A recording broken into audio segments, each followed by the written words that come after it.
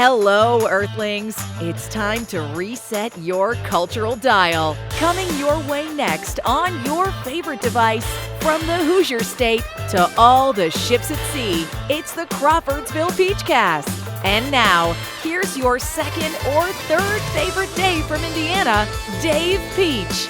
Warning, other people named Dave may also appear.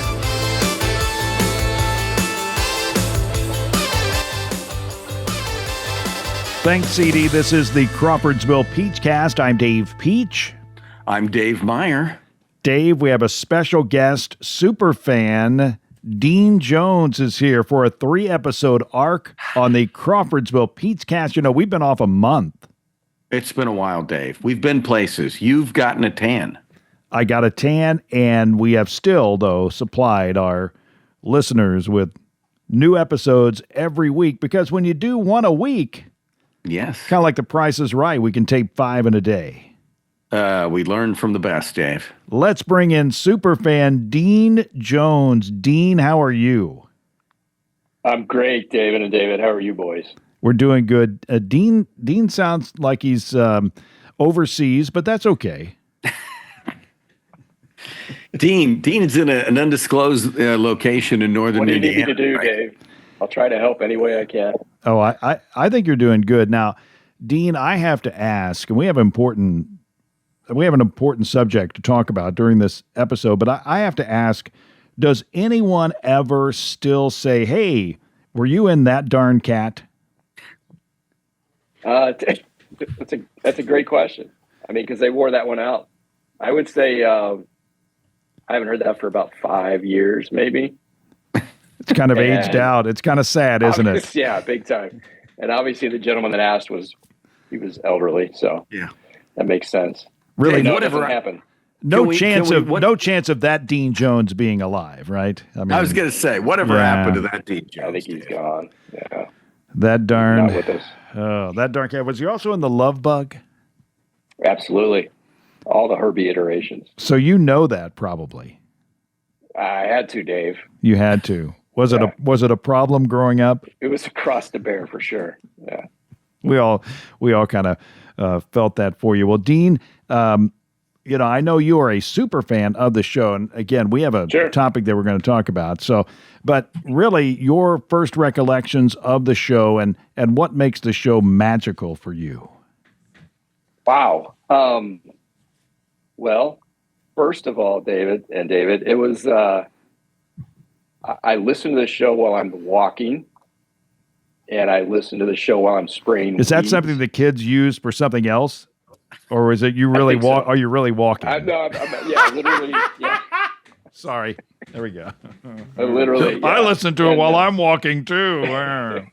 So Dean is telling us, Dave, that he's good with us while he's in motion, but yeah, right. I don't think he doesn't eat with us, Dave. We're not a digestion type of thing. Yeah, but I could. I haven't thought about that yet. I could do that for sure while I'm eating my cheese balls, my barrel of cheese balls. Central Indiana Rubber Products provides the power for you. Central Indiana Rubber Products, or CIR, keeps farm equipment and local manufacturing processes running with gaskets, belts, seals, and O-rings, among a variety of other products and services. Employee-owned and always customer-focused. Central Indiana Rubber Products, 989 West, 83 North, Crawfordsville, and at indianarubber.com. Central Indiana Rubber Products, or CIR, power for you. Now, do you ever watch the movies? That's okay. I mean, this is a safe space, Dean. You can answer. You can answer honestly. If I always say that to people. Can I be honest with you? I'm thinking, well, they're thinking, have you been dishonest with me this whole time, and now you're going to be honest? So anyway, you can answer. You know what I do, Dave? Some of the ones obviously I've seen, and then others like the semi truck that tried to kill people. That one. Yes. Dave, hit him with the title. Well, I'd have to get out the big book there, but I can. Go ahead, talk while I look. So that one, I literally went back and read the Wikipedia. So I go, that sounds so familiar. and I don't think I saw it, but I do remember bits and pieces of it. Oh, where That's how I was watch that movies, one? David. Bits and Stephen pieces. King. It was Yep. Mr. Stephen King. Maximum Overdrive. There it is. Number 65. It was made in Emilio 1986. Estevez, right? I believe Yes. so, yeah. Think He so. was a young gun in that one too, Dave. It was And then, of course, not good for the truck stop. Well, no, and then the Runaway Train. That was fun. I enjoyed that listen.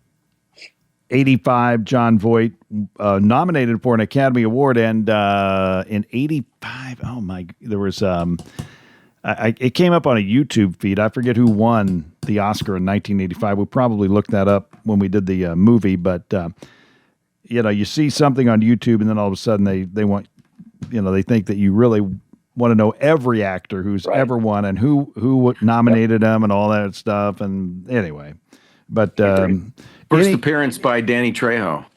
that's right. Who won it in 85? I know we've got it here. See, we got to stop doing this. We got to just stay on point here. Now, Dean, did you watch the Indianapolis 500 this weekend? Yeah. I did. It was pretty exciting. Let me ask you a question here, Dean. Maybe you know, maybe you do not know. The headline for the Indianapolis 500: purse soars to new record, increases by more than, well, I'll leave out the percent, but I'll just ask you, maybe you've seen it, maybe you want to guess. In 2025, the Indianapolis 500 purse was $20.283 million. What was it in 2026? 30 million plus. You got it. It went up 50%. Yeah. Dave, how did it go up 50%? It's the same race, Exact right? Number. I know, Dave. It went up 50%. I think the T-shirt prices went up. I don't understand. The guy that won it, Felix Rosenquist of Meyer Shank Racing with Curb Agajanian, earned a record $4.3 million from the $30.906 million purse. That staggers. That blows my mind, man. That changes your life forever, for sure. It really does. But I don't know. The thing about sports, how high can they go? As much. We haven't found out. Right now, the thing is, it's still advertising on live sporting events that are still drawing. So as long as the ad money holds out, they'll keep. I mean, players will still be getting, teams will still getting all the money. Therefore, the players will eventually get big pieces of that. But if the ad revenue changes in a significant way, it'll be interesting because there's got to be a ceiling. It's there's 350,000 people there. Now they have done a nice job moving it back into the forefront because, before like 95, running number 96, before the 100th running and all that anniversary and all, it was kind of languishing a bit. I mean, comparatively so, Dave. Well, I mean, I love it or hate it, the Fox Sports promotional machine is successful. Going back to when they first got the NFL and what they did, everybody's copied ever since. The first down marker. We lived most of our lives without a first down marker, fellas. We did, and without the score being on the screen all the time. Right, all that. So, basically, I give credit to Fox for they've done a really good job in a lot of ways promoting all the drivers, trying to take the history and make it as cool as it can possibly be. And also, I don't go to the thing, but what I see on TV this year is like, wow, they make it look like, I look back at our era, that's when the doors would open and people would drive the cars that they paid, $50 for, and they souped them up and they made them the clamp it machine, and they'd stack them and all that stuff. it's a family-friendly place for the most part, at least at what they're showing. We are set for some trivia. Dean, are you ready to battle with Dave Meyer on some trivia questions regarding the 110th Indianapolis 500? You'll clean up. Okay. Do my best. Okay, here we go. Now, there was a tie this year between a driver of the past, George Snyder. Remember George Snyder? He sounds like a wrestler. Wilbur Snyder. Maybe he's Wilbur's brother. Snyder. Yeah. Maybe they're related. Not a good-looking man. Dean, do you remember Wilbur Snyder, the world's most scientific wrestler? I don't. I'm sorry. He does not. Okay. Tell us. Well, anyway, George Snyder, everybody, I'll get my announcer voice here. Do you like when I go to my announcer voice, or is that something that irritates you as a frequent listener of the show? I'm into it. Okay. Dean, George Snyder made 22 starts between 1965 and 87 without a win. No win for George Snyder. No win. How many starts? 22. Wow. Now, a gentleman this year broke his record for races without a win, and that would be 23. 23 starts without a victory, the most winless starts of any driver in event history, eclipsing George Snyder's record. Dean, do you have a guess? 23. How many years is, how long has Ed Carpenter been doing it? He nailed it, Dave. He nailed it. Ed Carpenter. Come on. 23 career starts. Wow. Dave, it all came out. It did all come out after that race. Did it really? So He was not happy with Mr. Trying to remember the name. Taco is what's in my head, but that's Hello? not correct. Alex Palou? No, it's a Japanese Taco. driver. That Sato. Sato. Sato. He's a two-time winner. But basically, Ed felt like he was sacrificed by Sato. Okay. He swore it. He did the NASCAR move where he's out on the track saying bad words and pointing fingers. And his Hans device was crooked. I was like, you should straighten that out before you get on screen. See, I was here at the You're not race. as impressive when it's hanging off. You look like you've escaped a patient. He looked disheveled.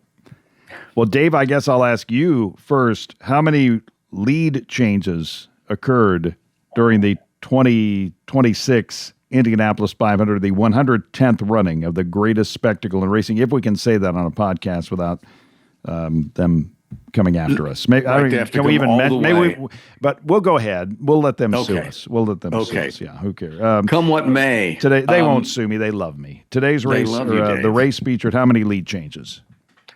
I don't know, and I'm confident in that. So I'm going to guess 103. Man, Dean, do you want to weigh in with another guess? I'm thinking 16. 70. Wow. I don't even know who was closer. I was a little high. A little high there, buddy. Today's race, or the weekend's race, featured an event record 70 lead changes. The previous 70. record was 68 back in 2013. Huh. Wow, I was way off. I was thinking I should have bid $1 over what Dave said. You should have. If you did $1, you would have lost. Yeah. But if you'd have gone 102, that was the guess that you could do.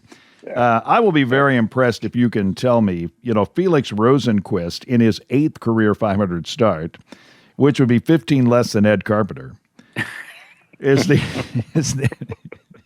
third Swedish driver to win the Indy 500. I'm gonna even give you the years here: 1999 and 2022. Anybody know the other two Swedish drivers to win the Indy 500? I have one. Okay. Dave's got one. Dean, do you want to guess? Because Dave's got one in his brain. What do you have before? I was going to say Swede Savage till you gave the years. Oh my! Don't talk about Swede Savage. Oh my goodness! Don't. I was just watching a video yesterday on the 1973 Indianapolis 500. They ended that thing on, I think it was on Wednesday. Finally, they just said it was over. They said, we're done. It was like, we are done. Gordon Johncock won it. He kind of had to live that down until the battle with Rick Mears in '82. Anyway, Anybody else? Or I'm going to guess Kenny Brack, Dave. Kenny Brack, 1999. Dean, do you know who won in 2022? The other Swede. I don't. Marcus Ericsson. Marcus Ericsson. Okay. Let's see. It's a good Swedish name. He sounds like an explorer that we studied, Dave. Absolutely. Yeah. This year's finish marks the 5th time in 500 history that the driver leading the race lost on the last lap. Okay. Right. David Malukas lost on the last lap to Felix Rosenqvist. Do you know any of the other last lap finishes with a lead change? So this was the 5th time. So that would tell me, and it would indicate here on the report that I'm looking at, that there would be 4 other occasions when this happened. Anybody? Well, I know one of the losers, and only because it kept basically the world right in terms of Indianapolis 500 and the family. And that was when Marco was coming around the mountain, and it looked like he was going to destroy the curse. Mm-hmm. And then there was a slingshot around him. And I'm trying to recall that guy, who I think went to NASCAR. Dean, do you know who that is? Who that was in 2006? That slingshot around Marco Andretti? I do not. It wasn't Ed Carpenter, was it? Sam. It wasn't. Dean with our first callback. Thank you. Sam Hornish Jr. Oh. Sam Hornish Jr. Now, there's one famous one. You're leaving one very famous one. Well, the one I'm thinking out, the very Gordon, John Cack, and Rick Mears was the first. It was not a lead change. No. Okay, he never took the lead. Al Jr. Nope. There was one that was just so famous. I mean, it was fourth turn. It seems like it's been lately, too. Yeah, well, right? It was, I'll give you the year, 2011. That's lately. 2011. I mean, you remember. Dean, I don't know, Dean. Anybody remember the circumstances on this one? Because I even remember that kind of. Dean, I think Dave should tell us. 2011. Yeah, I think so. J.R. Hildebrand ran it into the fourth turn wall. Oh, yes. On the last lap, and Dan Weldon won it.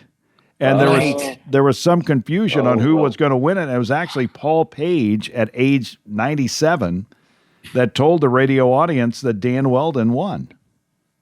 Wow. Let's see. One. That's big. Pato Big, Award Dave. lost on the last lap to Joseph Newgarden in 2024. Marcus Ericsson lost the lead on lap 200 to Joseph Newgarden. And as you mentioned, as we talked about, J.R. Hildebrand and Marco Andretti. This one, who would know this one? I mean, Felix Rosenqvist is 34 years old.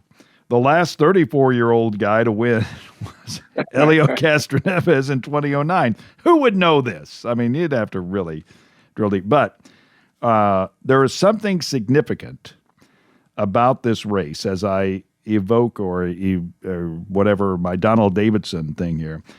It was a first time in history for this particular car, something associated with this car is the first time that this has ever happened. I'll just throw that out there, and I might give you, if I give you a hint, I think I'll give it away. But do you know anything? Something associated with the car. Something associated with the car.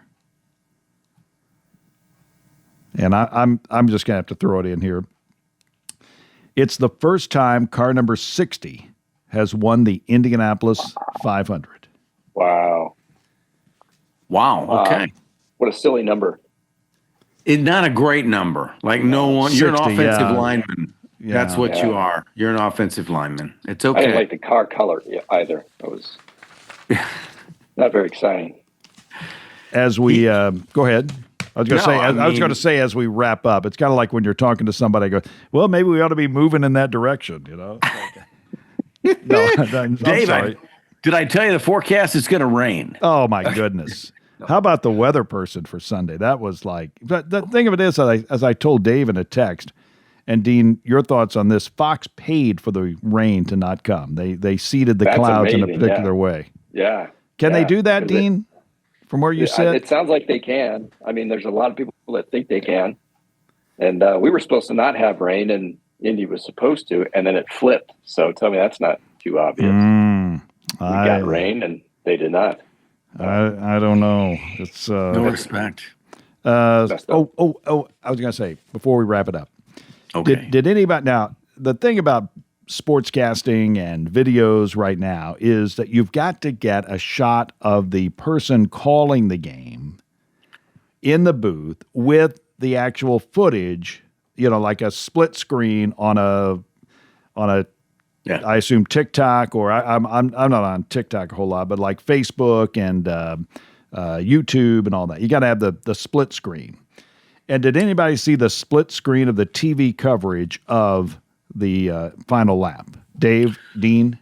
Let's let Dean say. Dean, did you see the split screen? I didn't see the split screen. I've seen a lot of TikToks of people from the stands shooting that last trip over the bricks, but I didn't see the split screen. Dave, did you see the split screen? I did, Dave, and he uses a Gene Rayburn style microphone. That was one of my first thoughts. It's not as thin, but Dave, it's not a stick mic. It seems to be like he needs a larger mic than the other announcers. But what is it with the British guys? I mean, passionate, and man, he was on it. I mean, a great call. Have you heard it? The other thing I've seen is from the viewpoint of Rosenquist's car with that call. That was pretty crazy. I did look into, I think his name is Will Buxton. I don't know. I hope I didn't get the name wrong. The Buxton Trail? The guy's calling the Indianapolis 500. And anyway, that mic is something that people there in England use for them Formula One races. It is widely used. I heard it. In my 4 seconds of research on this, and it allows you to speak at high volume close to the mic. It's able to take it. Wow, it's not over yet. It's not over yet. And my mic isn't it's probably not as expensive as Will's or whatever his first name is. Sure. But apparently it goes back to. It has a history in Great Britain or Formula One race announcing. Yeah. So he's bringing that because I feel like when I hear you say that, I think, sometimes the Formula One, but moreover, I think of like the European soccer guys. Oh, they go crazy. Yeah. Another thing that really helped is the vest. He had the coat off, white shirt with the vest, dapper. With the old school microphone, leaning down, calling the action. I mean, it was. Think those guys Dean is sweat very much. I think so. He's got that going for him. Yeah, it was. But anyway, if you have not seen it, you need to watch that. If you're like me, how do we do this, Dean? I'll ask you a question. Like in the old days, 1984, when Doug Flutie threw it in the end zone to beat Boston College or to beat Miami, when Doug Flutie did that, and the game was over, right? You just kind of walked away. How did we? We just had to relive that in our minds, right? Well, we waited till 11:22 to watch it again on the sports, the news broadcast of the sports, and then that ESPN came along. For the old timers out there, yeah. Now it's like you can sum it up at any point. Yeah, it's everywhere instantaneously. Yep. That you expect that. Go ahead, Dave. Go ahead, Dave. It's become the expectation is like after anything big happens. I mean, think about how many different ways you saw Signetti make the run. I mean, I could not believe. You're talking about Fernando Mendoza? Yeah. I'm sorry, Dave. Yes, you're gonna say. I was trying to recall when Kurt did that. But when he made the. No, he might have had the runs, but I don't know. I'm just kidding. No, Dave, we can bring this back to the track because he was there with Sarah Fisher. I saw him basically driving the pace car. So he was basically the ceremonial guy that took him to the beginning, and then he was a ride along. I think after that. What a year it's been, though, in sports. We had the IU run. We had the Braylon Mullins shot in the NCAA tournament, the first female jockey, first female trainer in the Kentucky Derby, and now we've got this, the Indy 500. So if they're rigging them, then they're doing a great job. Yeah, they're holding our interest.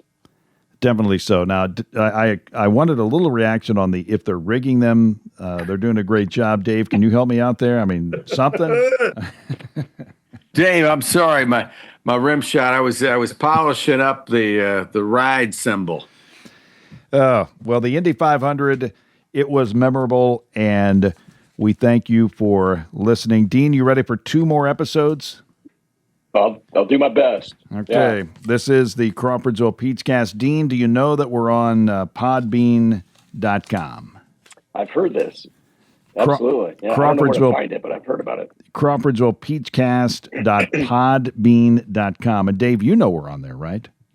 Dave, I'm excited every week to say podbean.com. Yeah, it's just fun to say. Peachcast, podbean.com. It's a Podbean, Dave. We are also on the Fork Media app. Like, share, and subscribe. Do you ever like, share, and subscribe, Dean, as a super fan? Again, you can be honest, Dean. No, I have not, Dave, because I'm walking. I'm spraying weeds. I don't have a like button there. I don't know. I mean, I probably do. I just can't find it. We'll give you. You can show me. We'll show you how to do it. Like, share, and subscribe. Apple, Spotify, iHeart, YouTube, and Podbean.com. I can see Kurt Signetti running right now in my mind. Until next time, America. Yes. It's Dean Jones. Say hi, Dean. Hello. Dave Peach. Dave, you check in. I'm Dave Meyer still. Thanks for listening to the Crawfordsville Peachcast. Thank you for listening to the Crawfordsville Peachcast. If you enjoyed it, follow the podcast and ring the bell so that way you'll always be up to date with the newest episodes. We'll see you next time.